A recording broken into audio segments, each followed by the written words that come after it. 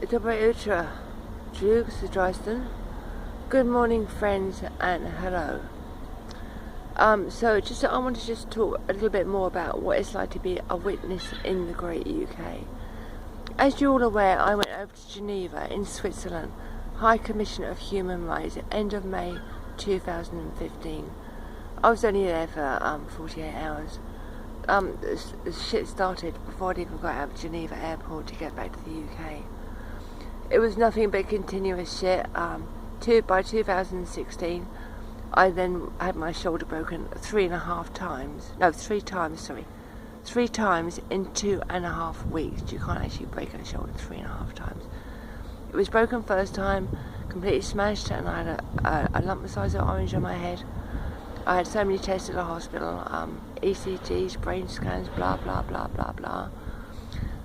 The first attack was in Brighton, in the street, about, I don't know what time it was, maybe 10 o'clock, 11 o'clock in the morning, yes.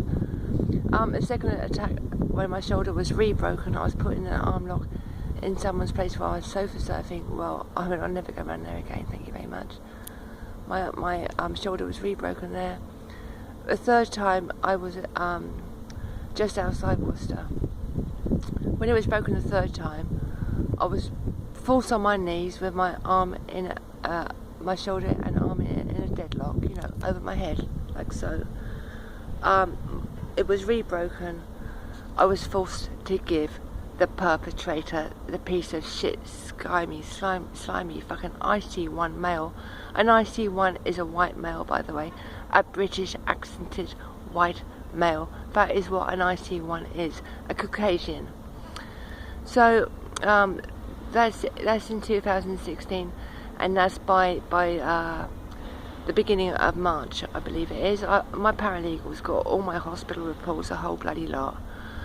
I then, in 2016, whilst being registered as homeless in Carlisle, Cumbria, and in Kent, it doesn't matter which town, because I've been homeless in 2010 in Kent and Brighton, and before I became registered homeless in Bath.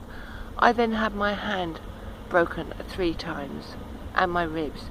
Now my whole point is after my shoulder was broken for the 3rd time and I was forced on my knees to give oral sex to this piece of scummy as shit fucking male, I tried to escape and I got as far as Bristol. I just got out of Bristol, not as far as Bath. I'd only ever been to Bath for 8 nights in my whole life before then, and once again I was raped, for a full rape. Now I do not enjoy being raped. I do not enjoy having my bones broken. I do not enjoy having my shoulder broken whilst being forced to perform oral sex. Now this is all the stuff that I took forward over to the United Nations. They have made my life complete hell.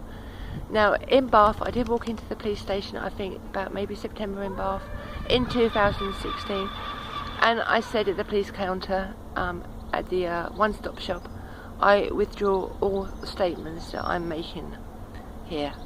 The serious stuff is getting my bones broken.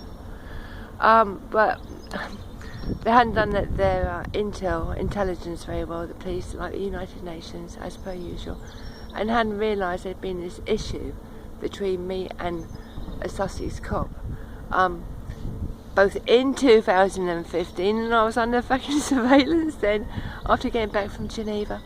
And although I have dropped all other statements, I am not dropping the legal action against the police. And that is all I was wanting to say this morning. Leave me alone. I am not your puppet on a string. I am not your muppet on a string. I am not an unpaid fucking whore. I am not a paid whore. Leave me alone. I need and I want my headspace back. Which is why for me personally, Russia is the safest country in the world. I can't give you the details of here because it's stuff that I had been a prime witness for United Nations about. I'd been a witness and had gone over there for help. Not their witness, so I'm nothing to do with those snakes, and I want nothing to do with them. And the Russian word for snake, for those who don't know it, is Izmir. So if I walk past you and I hiss Izmir, I'm just calling you a snake. Anyway, over now, friends. Bye.